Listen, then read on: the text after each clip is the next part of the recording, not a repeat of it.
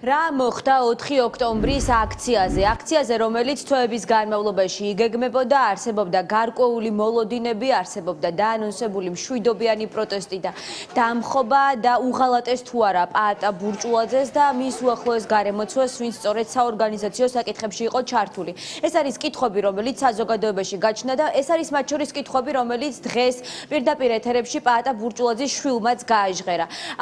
როგორც ლექსო ბურჭულაძე ჩვენთან საუბარში ამბობს, სწორედ ორგანიზატორებმა უნდა გასცენ ახლა აღნიშნულ კითხვებს პასუხი, რადგან მურთა ზოდელოვას კომენტარმაც, რომელიც დაკავებამდე რამდენიმე წუთით ადრე მისცა ტელეპირველს, გააღრმავა ეჭვები იმასთან დაკავშირებით, რომ გაჩნდა ნდობის პრობლემა და განვითარებული პროცესების შემდეგ გაჩნდა ეჭვი იმასთან დაკავშირებით, რომ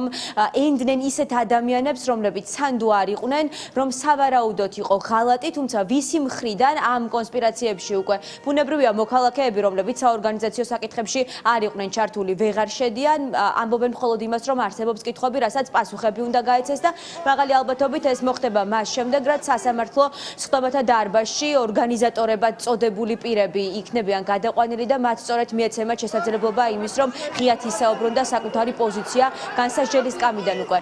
დააფიქსირონ. ჩვენ ასევე ვესაუბრეთ დაკავებული პაატა მანჯგალაძის პოლიტიკოსის შვილს, რომელიც ამბობს, რომ მამამისის დაკავება ჯერ შინაგან საქმეთა სამინისტრომ გამოაცხადა, თუმცა სპეცრაზმელები მანჯგალაძესთან სახლში მის ასაყვანად მხოლოდ რამდენიმე წუთის შემდეგ შევიდნენ. ამაყები არიან, რო არიან რეჟიმის ტყვეები, არანაირად არ ყრიან ფარხმალს, რაც შეუძლიათ იქიდან იბრძოლებენ და მე გუშინდელს დღეს რაც შეეხება ფაქტია, რომ ვერ წავიდა ეს პროცესები, როგორც უნდა წასულიყო და ამაზე საზოგადოებამ აუცილებლად უნდა გავიგოთ პასუხები. ესეც ჩვენ მოვისმინეთ მურთა ზოდელოვას დაკავებამდე ბოლო კომენტარი, მან ცალსახად ყველა მივხვდით, რომ რაღაც ღალატს ჰქონდა ადგილი, როგორც ჩანს ენდნენი ხალხს, ვიზეც არ შეიძლებოდა, ხო და თუნდაც რაც ვნახეთ, ხო, ეს პრეზიდენტის სასახლესთან ჩასვლა, ეს მოდით ესე რომ ვთქვათ, რომ რთულად დასაჯერებელი არის, რომ ეგ ყოფილიყო გეგმა. ამ შემთხვევაში გულისხმობ მე ხუთივე ორგანიზატორს და გულისხმობ თუ დღეს გარეთ არის კიდევ ვინმე ვინც იცის,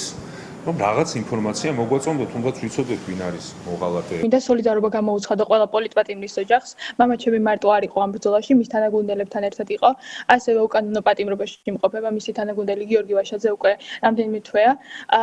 მამაჩემზე შემიძლია ვთქვა, რომ სისხლის სამართლის პასუხისმგებლობისთვის საჭიროა ფაქტები და მამაჩემის წინააღმდეგ არანაირი მტკიცებულება არ არსებობს. ასევე ვიტყვი, რომ ვამაყობ მისით და ვიცი როგორ გულწრფელად იბრძოდა მის თანაგუნდელებთან ერთად ამ ქვეყნის მომავლისთვის ტელევიზორში, როცა იყო შინაგან საქმეთა სამინისტროში ბრიფინგი, გამოაცხადეს, რომ დაკავებულია პაატა მანჯგალაძე და ასე შემდეგ სხვა პირები, მაგრამ პაატა მაგ დროს მამაჩემი იყო სახლში, ჯერ არ იყო დაკავებული, მაგრამ ამ ბრიფინგიდან დაახლოებით 2-3 წუთში დააკავეს. გადატრიალების, მცდელობის და ჯგუფური ძალადობის ორგანიზების და მასში მონაწილეობის ბრალდებით დაკავებულია 5 პირი, მათ შორის არიან პოლიტიკოსები, მომღერალი პაატა ბურჭულაძე, მსოფლიო ბანი და ახლა საინტერესოა კონკრეტულად რა მუხლებით დაიწყებს სახელმწიფო ბრალდება მათ დევნას, ჯერჯერობით ოფიციალურად ბრალის დადგენილება არც ერთი მათგანისთვის არ გაუცნიათ, ყველა მათგანი მოთავსებული დიღმის მთავარ სამმართველოში.